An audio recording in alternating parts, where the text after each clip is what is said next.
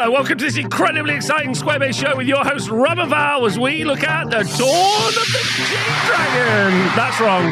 Dawn of the Storm Dragon. Woo! Yikes, yeah. Yeah. Okay. All right, okay. All right. Hello to everyone watching us. I hope you are very excited. We are going to be going through some of the contents of the new Cathay Arcane Journal, but that's not the only thing that is inside this book. We have, I will say, a limited set of rules for Cathay as an addition. How do you feel about that? Yeah. It's a little spice. It's a little sprinkling of rules for Grand Cathay in this one. Yeah, and that's what we're going to be covering in this video because we didn't want you to have to sit through a laborious love fest that me and Val are going to have about terrain, which is also one of the things that is featured in this book. So we're going to cover that in a separate video and maybe make it part of a wider conversation about terrain that's used and played with in the old world, because it's quite exciting, especially for little narrative butterflies like me, when I was like, oh, a D6 table. Oh, a haunted river. Excuse me, sir. Yes. I was going to say, Rob, full page on rivers. It's a bit of a little spoiler. So it's a teaser for the next vid. And if it is a love letter to me, I want to say I love you too. Thanks so much. That's what I want to say. I love you. I love you right back. Okay, so thanks for that. So there's that. There's obviously going to be everything for Cathay I've talked about. There are a bunch of now. There is a guide. I'm going to do this. A guide on how to do multiplayer games, and also a series of guides for doing campaigns and linked campaigns, as well as a bunch of new missions, which we're also going to cover, as well as an extensive lore section, which which me and Val are going to do a Rob and Val read through the lore show, which has been very popular in small circles. Small squares of people. Let us know in the comments below if you're excited for that. Although I have to say that the single thing I know the most about lore-wise is the Warriors of Chaos Arcane Journal that we did a full review of. So it's useful for me. Hopefully it's useful for you guys too. So I look forward to it, because actually, of all the things in this book, I mean, the rules are fun, but I don't know, the lore feels the most exciting. So I can't wait to start going a little deeper on the Cathayan lore. Would it also be fair to say that the guide on how to do campaigns maybe a little anemic, like me, a little thin, a little low on the iron? It's yeah, I would say so. I like the terrain rules in this book, and I like the and the rules, the army rules that we're about to talk about seem pretty cool. And the multi, specifically the lunchbox letdown here would be the actual description of multiplayer games, because of course that sparked fantasies of an old world version of Triumph and Treachery, the beloved 8th edition supplement. Beloved. This ain't it, babe. So maybe we'll see a greater Triumph, less Treachery the next time they mention multiplayer games. Yeah. It's so thin. We're gonna quickly give you a quick TLDR. It's sometimes you can play multiplayer games. Have fun. Sometimes when you play this game, there'll be more than 2 people. Moving on. Moving on. So yeah, not exactly verbose on that front. Okay. Yeah. So before we get into this, Val, and everyone who's watching this, leave in the comments what you're excited about. What is it that you necessarily felt? And lots of people are going to respond with they need nothing.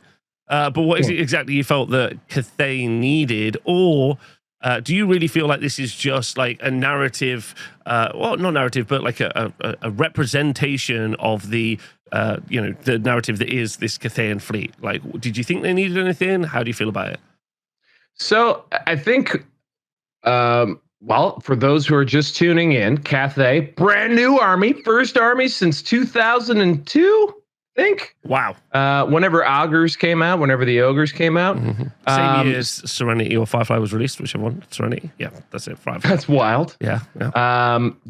It's a little whiles back there. At any rate, so it's a big, momentous occasion, and Games Workshop, in case you're unaware, often won't just drop everything that they've got. They will often release big new model ranges in tranches or waves, and this is very much the first wave.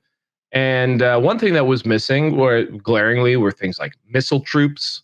In fact, that would be the biggest missing piece. And so I think what we have here is you have a narrative.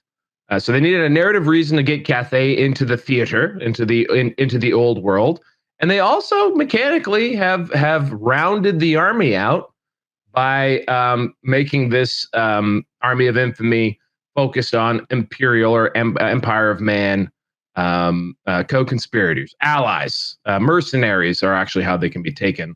I guess they realize that because I guess normally an army of infamy can't take an ally, so they're built into this as mercenaries. So the Cathayans are not only sailing across the entire world without sinking their gigantic fleet, but they are coming and they are not received as invaders with this giant war fleet. That's also cool. I can't wait to find out how that happens. And then, but they are, they're like, hey, we're not only going to save you guys, but we're going to pay you. We're going to pay you to save you. And that's probably the best way to approach getting Marienburgers to do something to save their own skin. So that's all right. Yeah, that's good. That's good. As a turnip muncher of the Empire myself, I would be very excited about a fella offering me any gold doubloons to do any sort of skullduggery or battling.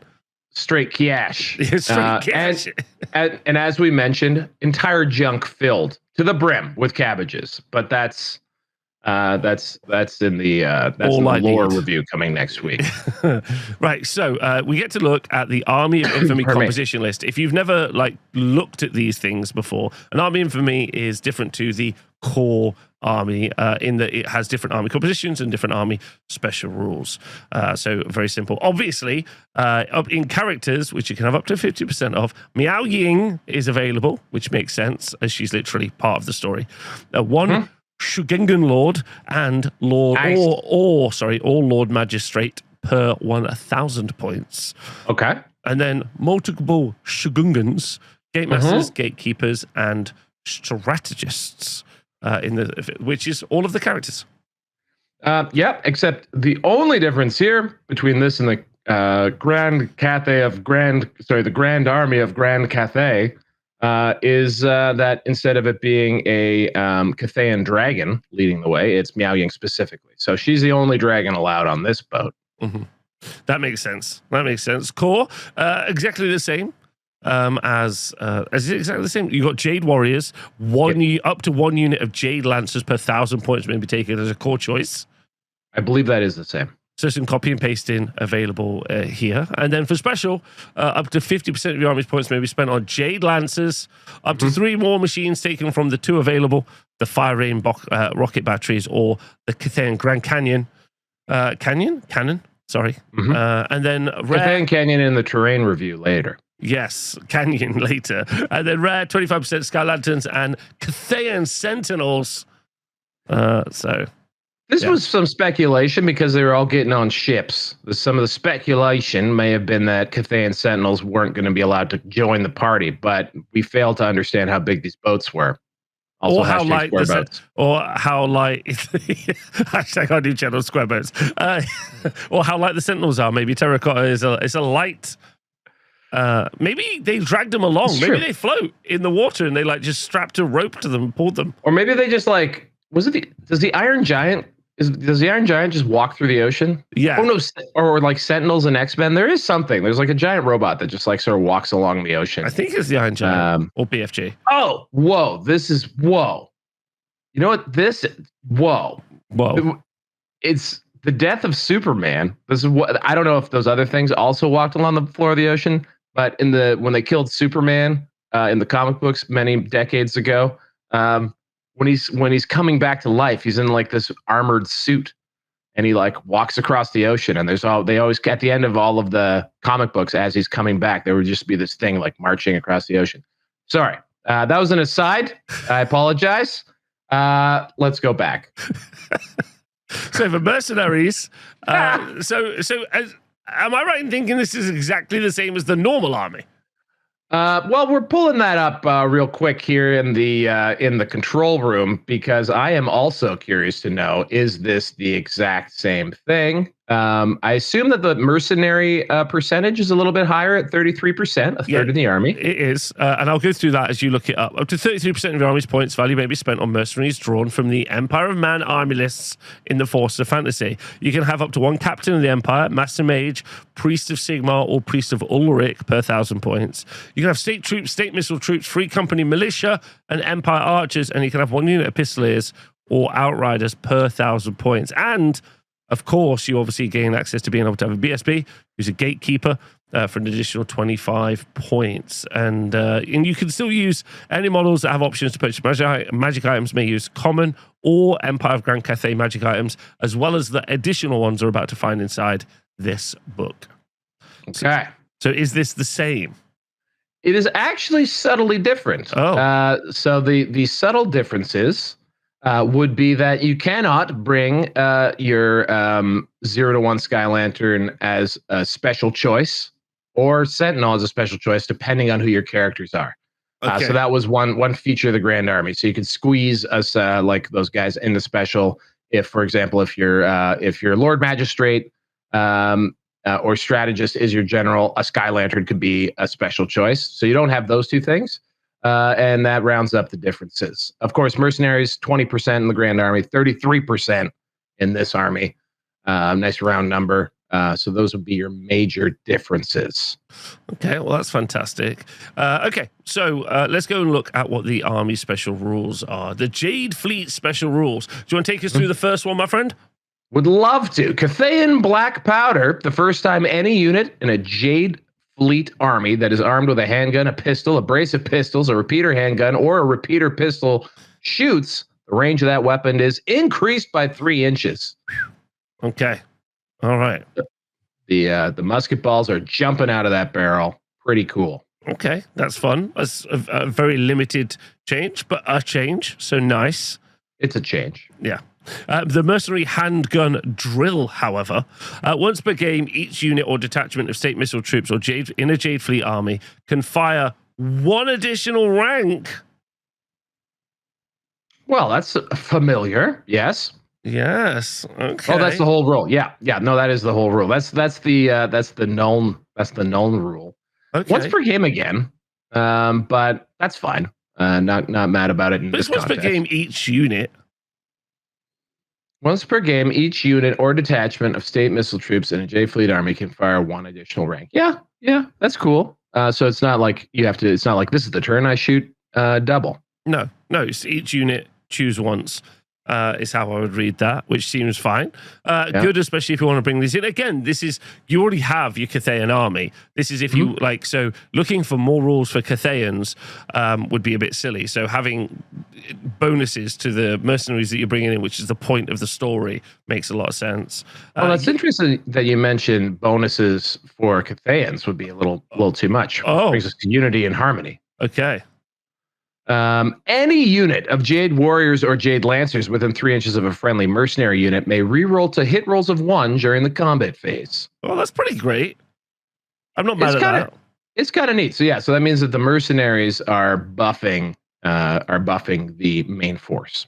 Yeah, they're just like, hey, locally, this is what we do here. Reroll some 1s if you fancy it. That's the that's a regional special rule. You go for it. Okay. And then war balloons. Oh, everyone hold on to your internet rage points. 0 to 1 Sky Lanterns per 1,000 points may have the ambusher special rule for 15 points each. In addition, once per game, a Sky Lantern that is held in reserve may re-roll the dice when rolling to determine if it arrives this turn as reinforcements or if it's delayed. Now, while that's not a terrible choice, the Sky Lanterns are so mobile and also so fast, I don't really know why you would need to do that.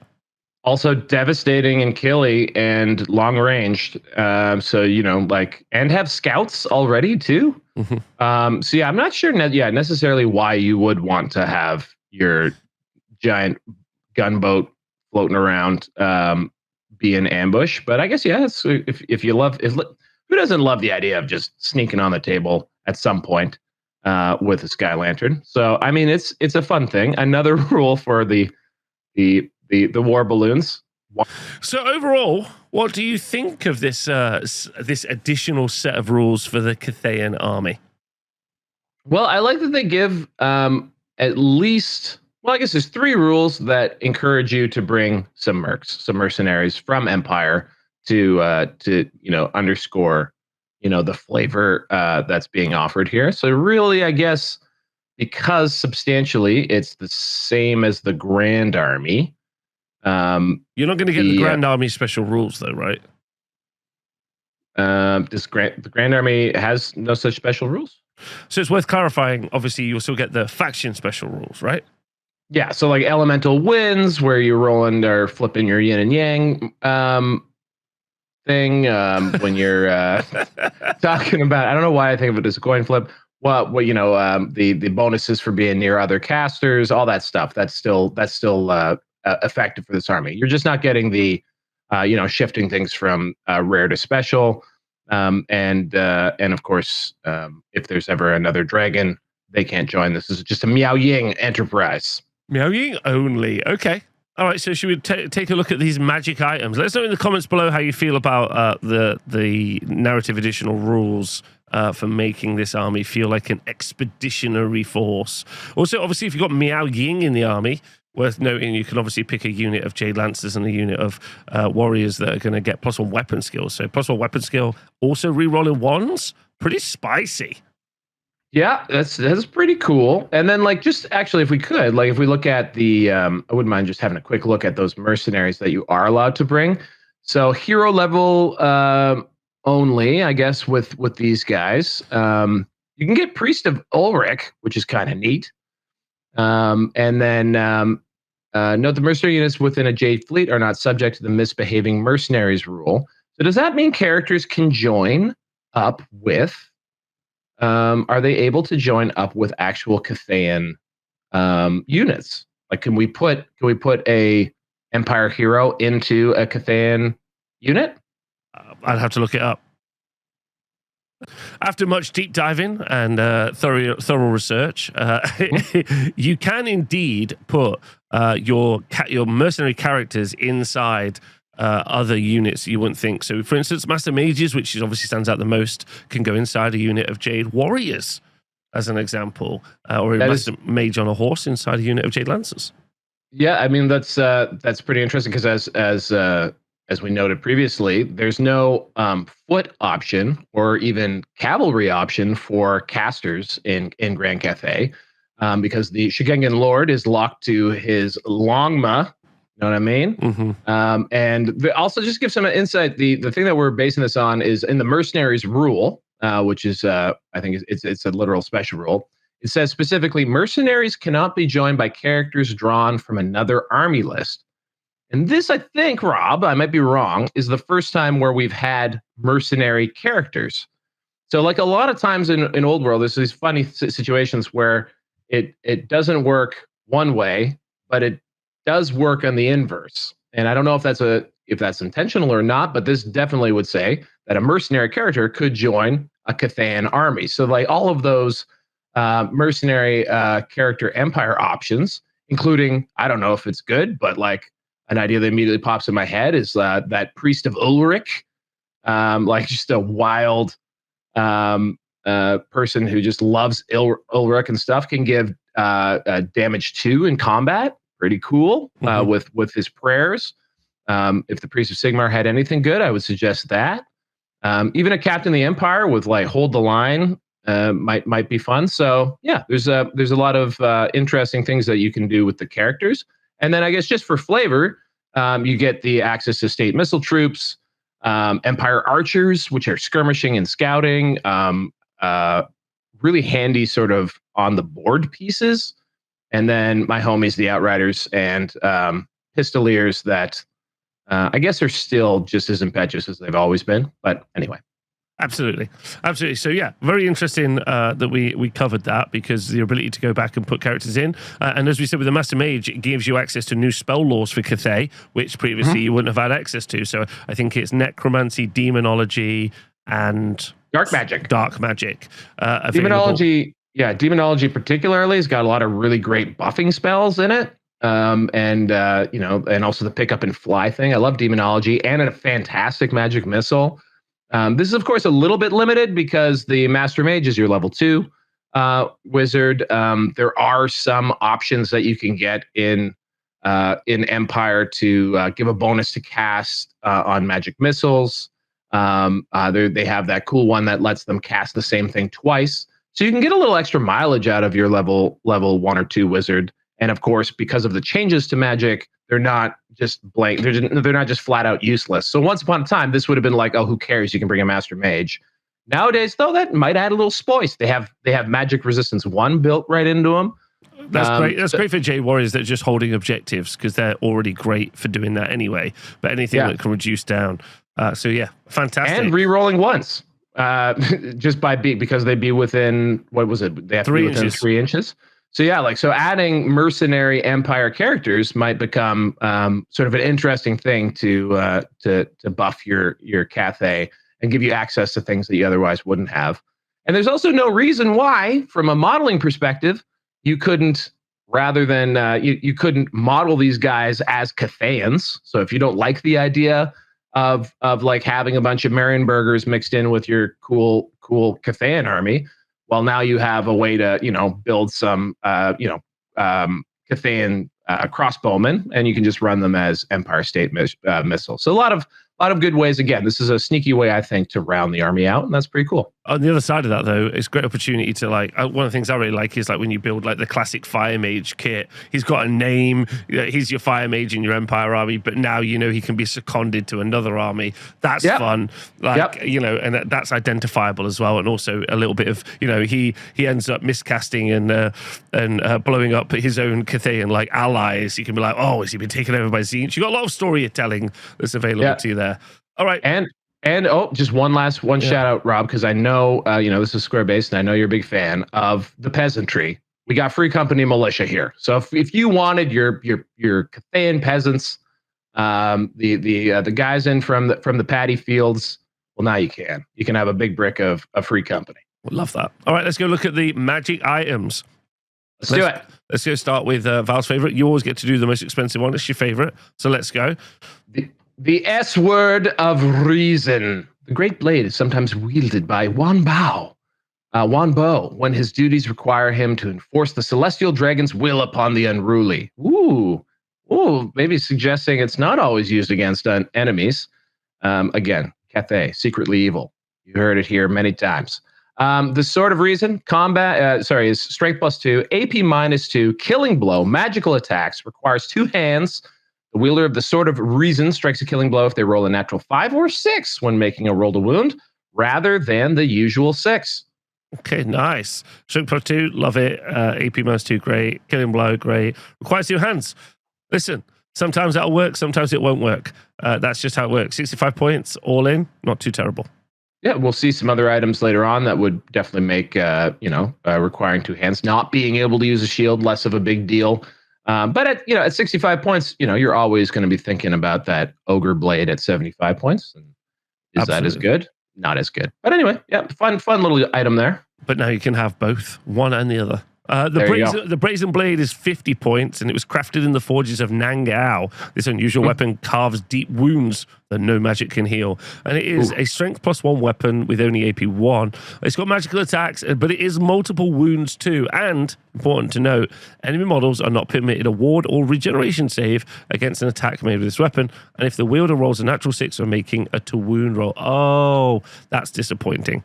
I was like, oh, nice. Oh, okay. At the end of it, although multiple wounds too is also a nice ability. This is actually, I think I like this weapon because it's 50 points, so it can be taken on usually your hero level character, and it's multiple wounds too, strength and AP, and then you spike a 6 rather than armor bane. You're just removing ward and regeneration saves. That's pretty cool. I think that's not a bad little weapon right there. The next weapon. Oh, sorry. The next one is yours, please. The Wrath of Zhenyang, 45 points. The Wrath of Zhenyang is a strength +1, AP -1 weapon with special rules of Armor Bane 1, flaming attacks, magical attacks, And it says enemy models cannot make regeneration saves against a wound caused by this weapon. Okay. All right. All right. Okay. I guess that's fine. I mean, it's 45 points. Maybe it's a bit too expensive for that. For 5 more points, I'm going to take the 2 damage and maybe removing the ward and regen save at the same time. That's what I'd do. That's cool. And there's a sort of Nangao, which is different to the Brazen Blade, which is from also Nangao. The Shimmering Blade strikes with a life of its own, seeking any weakness in the armor of those that serve the ruinous powers. 35 points. It is same strength as the user, but it is AP3, and it gives you hatred for the warriors of chaos, and also gives you magical attacks. I'm not mad at that at all. I'm not mad at that at all. Not mad. AP3 is pretty rare, especially reliably. The characters that can take this are, probably already strength 4 for the most part. I'm pretty sure. So not too bad. Not bad. Not bad at all. Not bad at all. Do you have a favorite of all of them? And let us know in the comments if you have a favorite of all of them. I'm going Brazen Blade. Brazen Blade. The most expensive one, by the way, still comes from the Grand Army. That one's the Monkey King's Wisdom, which is a big old... That's legit, though. That's legit. Yeah, it's pretty sick. That's legit. Okay, so now we're moving on to magic armor. We've only got 2 types of magic armor. The first one is the Jade Armor of Bieshai, which is 40 points, and crafted in secret in the city of Bieshai, this Jade Armor glows from within with unwholesome power. Value correct. Evil secretly confirmed. evil. Secretly evil confirmed. The Jade Armor Beesha is a suit of full plate armor, giving you a 4-up armor save. In addition, the wearer of the Jade Armor has a 5-up ward save against any wounds suffered against magic. Any wounds suffered. Wow. And magic resist 2. What? All for 40 points. So that's magic resist 2 for an additional 10 points over your talisman of protection. And it's full plate. I mean, that's a pretty nice little package right there, guys. Pretty nice little package. That's legit. Yeah. I'll take that, please, and thank you. It is magic armor, though. So, like, if you wanted to use this in the context of, say, a balloon, I guess. Well, no, it's full plate too. So you're getting the 4-up because the balloon itself, I think, is because basically you're either a talisman protection applies to the model. Yeah. So when you're using it on a split profile, you can still use the mount's armor value and the talisman of protection. When you're using magic armor, though, you have to use what the character has. However, not a big deal. Still a 4+ save, armor save with a 5-up ward save, so you can make your balloon a bit more resilient here. So 2 of the balloons now also can be decent, extra resilient. Also decent on a Shagugan. Useful in all kinds of, and probably on any of the characters can take it. I mean, that is a very nice package for 40 points. I'll take it. What's the next one? Say 20 points. Can't be good. The Mantle of Heaven, half the points. Model whose troop type is infantry or cavalry only may be worn with other armor. Well, that's fun. The wearer of the Mantle of Heaven improves their armor value by 2 to a maximum of 2 against non-magical shooting attacks. Nice. Okay. So 2-up armor save available. I'll take that. I like a 2-up armor save. It's decent. I like, And, ballistic skull shooting is suddenly in, guys. I don't know why. Balloons. Over to Talismans. Okay, so over on Talismans, you've got the Sigil of Smoke and Powder. Clouds of gunpowder, smoke hang about the bearer of this blackened sigil, obscuring them from the enemy's sight. It's 35 points. Any enemy model that targets this character or any unit they have joined during the shooting phase suffer an additional -1 to hit. That's a fantastic item, especially for the unit that you've joined. I love that. That's great. That is very good. Again, a little extra. Any of the shooting phase. Yeah, shooting phase only again, but that's fine. And by the way, guys, anywhere you see those -1 to hit modifiers in the shooting phase or otherwise, worth looking at these days. Going on to the Vermilion Quills for 25 points. Great heroes of Cathay are awarded tokens of favor in the form of Vermilion Warbird's tail feather. Tokens which are said to bless the bearer with unrivaled fortune. I forgot how to read English during that flavor text. My mistake. 0 to 1 per model. Single use. The bearer of a Vermilion Quill, but not their mount, can reroll any failed rolls to hit and or to wound made during the combat phase. Any failed hit to wound once per model, and it's a very common magic item. Yeah, it's very common. It's 25 points, and for example, you got the Paymaster's coin in the regular book. That one's 20 points to reroll your hits. So this is hits and wounds, 25 points. That's a nice little thing. That's good on the go turn, right? You do the big charge. You want to smash the unit for the combat res. You want to get as many attacks in. That's brilliant. That's a brilliant magic item as well. Oh, yeah, go ahead. My favorite, Magic Standards. I love these. Oh, okay. I see why. Sorry. Okay. Oh, all right. The Banner of the Dragon's Wrath is 45 points. Okay. And those that march to war beneath the Banner of the Dragon's Wrath descend upon their foe with the fury of Lidao, the fire dragon. Oh my God. If they release Lidao, that's all I want in my life now. I did not know until now I wanted that, but give me that. You do want that. Yeah. The unit carrying the Banner of the Dragon's Wrath gains the flaming attacks and impact hits one special rule, which is fine. Obviously great on a cav unit. I'll take that. It's 45 points. It's probably too expensive for what it is, especially because flaming attacks can be like a little bit of a negative as well. A lot of ward saves against flaming attacks are around, but similarly, not bad. It is. Unfortunately, right now, flaming attacks tend to hurt you more than they help you, but that's okay. Impact hits one. Yeah, okay, 45 points. I don't know. That's maybe less of a smash, more of a pass for me. But now, maybe Rob, Yeah. maybe my favorite part of this journal. Are you guys ready? Okay. I know why you're so excited. I know why you're so excited. Please tell me. Are you guys ready? Here we go. This is the Jade Banner, everybody. 40 points. What's the story? Well, hold on. I'm going to read it, and then I will reveal the story. So the Jade Banner. So note, the name of the banner is the Jade Banner for 40 points. Carved from purest jade by Cathay's finest artificers, this ancient banner fills the heart of a Jade warrior with pride.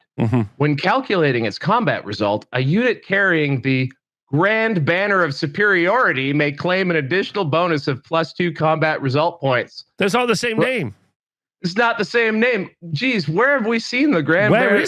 Where's that from? Where is that from? It's from the Skaven Legacy PDF, everybody. That's right. Skaven officially in a core army. Let's go, Skaven. You're legal and you're official. Accidentally cut and pasted from the Legacy. It is just God bless you, SDS. I love you. This is a typo that will, I think, light the internet, certain Skaven-y parts of the internet anyway, on fire with great indignation. Also, it's maybe a little better because the Skaven version, that's the other thing, it's D3 instead of +2. So less Skaven-y, but still includes the Skaven name. Also, we can confirm Games Workshop has learned how to cut and paste. So that's a big deal. Is that because he was currently copy and pasting the obviously soon to come Skaven official book? That's right. No, yes. Skaven confirmed. Skaven you heard it here first. Skaven official. Please clip this. Use it on your own YouTube channels. Right. The next. Wow. The Shrouded. Oh, we should talk about what it does. +2 combat res. Decent. Really good. Very decent. Very decent. Better than a war banner. A little bit more expensive, but +2 combat res. Fantastic. And you can do both if you wanted to, BSB double tap. And a war banner. Yeah, absolutely. Yeah. So the Shroud of Shiamya, the spectral presence of Shiamya, the spirit dragon, lingers about those that fight beneath the silken standard crafted in her memory. A unit carrying the Shroud of Shiamya gains the fear special rule. If they already have fear, then they cause terror. Yes, I like anything that causes fear or upgrades fear to terror. Underrated. Opportunity cost is normally what you're going for. It's not always effective. And obviously, there are armies that just ignore psychology. I didn't feel like psychology could be expanded a little bit in the old world. But either way, I think it's fair to say that I always like these items and always have an opportunity to think about taking them. Yeah. And now that we're not always minimizing how many models are in a unit because of the where the game state is right now, especially with the errata and the FAQ. You're more likely to maybe outnumber what you're fighting and force those fear checks, which is nice. So fear maybe worth remembering. Something I could never get my head around. The Banner of Zen 1, 15 points. Enemy units that wish to declare a stand and shoot or fire and flee charge reaction against a unit carrying the Banner of Zen 1 must first make a leadership test. If this test is passed, they may declare a stand and shoot or fire and flee charge reaction. If this test is failed, they must hold instead. Great banner. So that is a great banner. We see a lot of like may not make a stand and shoot charge reaction option. I'm not sure if it often or ever includes fire and flee. Mm-hmm. I don't know, but I like that it also usually doesn't. It never says that you're not allowed to flee. So this is actually pretty cool. I like this. Yeah, it's quite interesting. I would say that it feels like as a maybe counterpoint to Empire. Empire maybe more output, specifically the cannons, and it feels like Cathay's got a lot more control generally over the game state, and that's why you see it do so well, as well as maybe some cheaper units, etc. But the control element that you can throw in, but obviously they've got to fail a test. It's not going to happen all the time. It's cheap enough that again you've got the opportunity cost for it to maybe happen. Mm-hmm. Yeah. Okay. All right. We're going to go look at some enchanted items and okay. I'm excited about these. The first one, the Ring of Jet, is a very common magic item. Only costs 30 points, and it's carved from the purest jet, quarried from the banks of the Dragon River. The Ring of Jet is infused with the power of Shyamya, allowing the wielder to summon ancestral spirits. 0 to 1 per model. The wielder of the Ring of Jet can cast the Unquiet Spirit spell from the Law of Necromancy as a bound spell with a power level of 2. Unquiet Spirits is good, guys. That's a real good spell. That's 3d6 strength 2? Mm-hmm. No armor save allowed? Mm-hmm. Do I have the right one? So pretty good. Multiple characters with a Ring of Jet, a bunch of magic missiles, and power level 2 is great. Oh, by the way, that's a common. That's a common item. I said that. Wow. And power, yeah, okay. I'm just now reiterating all the highlights you just mentioned as they sunk in. That's really good. Mm-hmm. Bunch of characters just kicking out some range damage. One of the things Cathay needed to be added in. Desperately need. Well, you know what? Not like that is true. Also, these magic items are allowable in the Grand Army as well. So this isn't just stuff that you can take in the Arcane Journal. Sometimes they are locked. But especially, like at 30 points, probably can't put it on like unit champions, which is nice, but it's common. That's wild. Mm-hmm. So yeah, that is good, guys. That is good. It's a great magic item. And I'm sure there might be some gnashing of teeth at just how good that is in the coming weeks. The Golden Lion, 25 points. You want to take us through that? The bearer of the Golden Lion and their unit may re-roll any failed fear, panic, rally, or terror test. I mean, good, but this army has so many re-rolls on so many leadership tests already. And they're also very jacked up on leadership. These guys are not shy about their leadership. So yeah, maybe not super useful, but okay. So the Fires of Nangao is another very common magic item that's 20 points. Cunningly crafted by the artificers of Nangao, these earthenware jars contain the fury of the city's forges, ready to be unleashed upon Cathay's enemies. 0 to 1 per model. You single use, the Fires of Nangao is a breath weapon with the following profile. Strength 4, AP 2. What? Strength 4, AP 2. Breath weapon, flaming attacks, and magical. I mean, with a breath weapon, I still have to roll to be. I still have to roll to be hit, right? There's a chance to be hit. Usually, yes. But again, because we're in a world where, again, you might have more units that are larger. May not be something that doesn't. It might be something that's useful. Especially on things that can get close or want to be close to units. I mean, Strength 4 AP 2, that's a pretty powerful little breath weapon there. And again, it's very common. There you go. Yeah. You could see Ned Gao, like really pumping out the hits. Yeah, they got what they need. Yeah, I feel like Ring of Jet's obviously a big winner, but also the Fires of Nangao taken many times could really pose a problem, I'd say. Yeah, it could. It could. I think that's probably more of a funsies option because, again, you're going to have to really work to get it into a position to use it. Mm. Ring of Jet's just going to be good all the time. But Fire Zangow, not bad, not bad. Okay, let's do arcane items. Take us through the first one. All right, so we got the Clockwork Compass for 50 points. All right, we got single use. The bearer may use this item instead of making a wizardly dispel attempt. If they do so, the spell is automatically dispelled with no dispel roll required. In addition, all remains in play spells currently in play are dispelled, including spells cast by friendly wizards. So sort of a magic reset there. 50 points. What do you think? Yeah, no, I think like especially like if you're doing something like teams, this is a great item to put into matchups. This is also a great item if you want to clear the board. Really got to ask yourself who your major threat. Sometimes you're building armies to build an army to be like, okay, how am I the problem? And this feels like, okay, I have one army that I really struggle against because they're always doing these things, and back in the day, maybe when we had necromancy and screams being like a big deal, maybe this would have been like, do you know what? Shut that down. I'm going to clear the board after you've done all of your casting. Wait until you've done all your casting as well. Wait until that moment and then just clear the board. That's actually a clever pick. But situational, and I don't mind situationally powerful, situationally useful items existing because I don't want stuff I can take all the time. I want stuff that changes how some games will go sometimes, and I think that's pretty good for that. Yeah, I think decent points across the board. It is single use 50 points. So I mean that is, you are paying a price for it, but again, you are dispelling basically everything.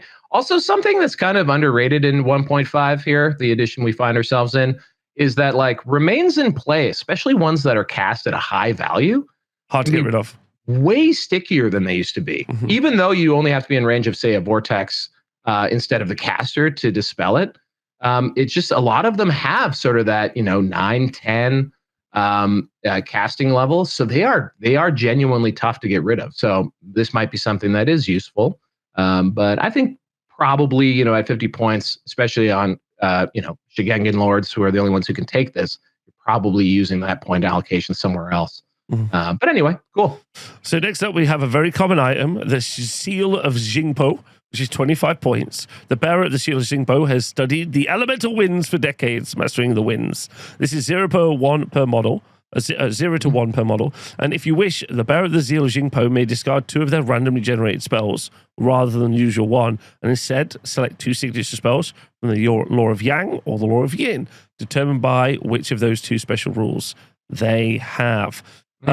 Pretty nice, because as we've talked about before, those are good spells, or they're decent situational spells to jump into, and this is an if you wish. So again, I get to the tabletop, I look at my enemy army, I'm like, do you know what? I'm going to keep what I roll for my spell law. Actually, I'm in that situation where I want to swap out to these 2 signatures specifically, and also I can guarantee swapping out to 2 signatures. Those are great. So I'd say I'm pretty happy with that. And I think this is the Miao Ying ability, right? She has something like this. I think that's perfectly good because there's 6 of them all together, right? Like, and so you can, and I think there's at least 2 good ones on both sides. So correct, definitely not bad, especially if you really like those. I like this. That's very good. Last one. The Scrolls of Wei Jin, 10 points. The bearer of the Scrolls of Wei Jin know 1 more spell chosen in the usual way than is normal for their level of wizardry. However, they can only cast a number of spells equal to the level of wizardry per turn. For 10 points, an extra spell, again, in a world where, paying the 30 points for an extra wizard level isn't necessarily like, basically the only upside is getting an additional spell. Well, now you can pay 10 points for that. Yeah. Not bad. Not bad. I think great. So that's everything for Cathay from this Arcane Journal. Everything that you've got. So I feel like definitely there's a lot of conversation about those amazing new magic items. If you're already playing Cathay, you're already building and painting them.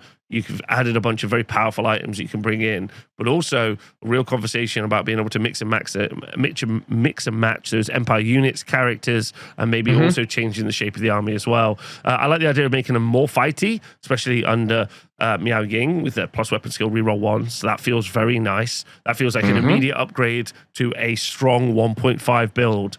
already that doesn't even talk about balloons. You know, it's just like your infantry, or that one infantry block especially, that gets stronger. Now I'm also putting a character in there. I'm rerolling ones, maybe I'm doing some spells. It's pretty spicy. Yep. And I like the feel of like sort of Empire characters intermingling as sort of, you know, like the advisors or the attachés of the Cathayans as they're finding their way through the Westerlands. So it's cool. I like this from a couple of different levels. I like one, that they recognize that it's the first wave, right? Normally you just have, if you're playing the brand new army, like we've got our Chaos Dwarves or whatever they are in AOS, you know, coming. I doubt they're going to have the option to like really fatten up their roster. Their roster is probably going to be what it is. You know, like in 40K, Leagues of Votann only getting its second wave now, a number of years after it first came out. So again, this provides you the chance to fatten up your army and also go out there, either kit bash GW kits or go to some of the wicked 3D printed options. Toby can probably hook you up with some pandas. Toby, great friend of the show, you know, so that way you have like Cathayan themed missile troops who are, you know, rules wise Empire mercenaries, but it does let you field an army that maybe looks a little bit more like one that you were imagining from Total War, if that's what hooked you in. So I think there's a lot of really cool like modeling opportunity here, some really new gaming opportunity. It's always fun going through thinking of combos and things, because those mercenaries, by the way, they're going to be taking their magic items from the Empire book. So what magic items provide buffs that can mix in with Cathay? There's probably lots of play there. So there's fun stuff to do, and that's all we ever want. Not boring, I think, considering how little there is here. Still kind of cool. Yeah, considering how little there is, not boring. I think, like you said, there's a bunch of opportunity for someone to immediately go, I will buy an Empire kit of Wizards, actually. That sounds fun. And especially if we think about this from the perspective of if you've been an open world player from day one, or you were a Warhammer Fantasy Battle player, maybe many of these kits are already kits that you've got. But a bunch of people who jumped into Cathay with the launch, or jumped into Old World, importantly, with the launch of the box and with the army, they might be asking themselves, okay, what are my next steps? And, you know, they've now given to your specific army the opportunity for you to start moving into those next step units. And I think that's a nice thing as well. If that's a strategy that they are employing, I think that's quite clever, like recognizing where the new players may be emerging from, what they can do to utilize and help them expand their collection, be more creative with what they're up to. Because Cathay is incredibly constrained, right? It's just like, if you wanted to even kit bash something, you have to go and find some like Chinese style scope somewhere. But it's like now, actually, don't worry, you can do all these things. So actually, very cool. Lots of opportunity there, which is very fun.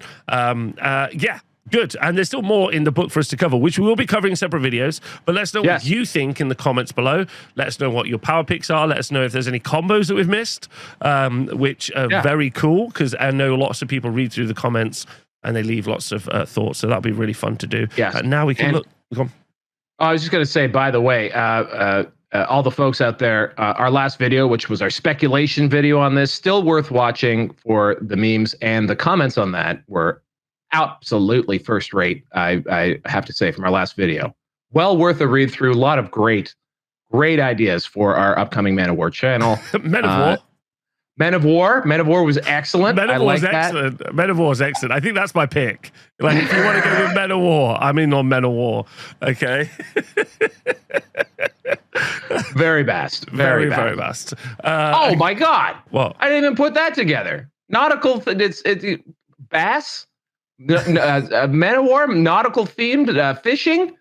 I mean, it's meant to happen. Very good. Thank you to everyone on the Squarebase Patreon to help and support us. And thank you to everyone for watching our video. Let us know what you think. Lots of love. Loads of love to Val. Loads of love to the people who write in the rules, because this has been fun and I've enjoyed it. Yeah. So I want to say thanks to you. You did great. We gave you a little bit. I gave you a little bit of guff over the Jade banner there, but that is just patently funny, and I look forward to everything that comes out of that. But yeah, overall, great times. Yeah, we like the books. Please make more books. Yeah, more books. Thank you. Bye.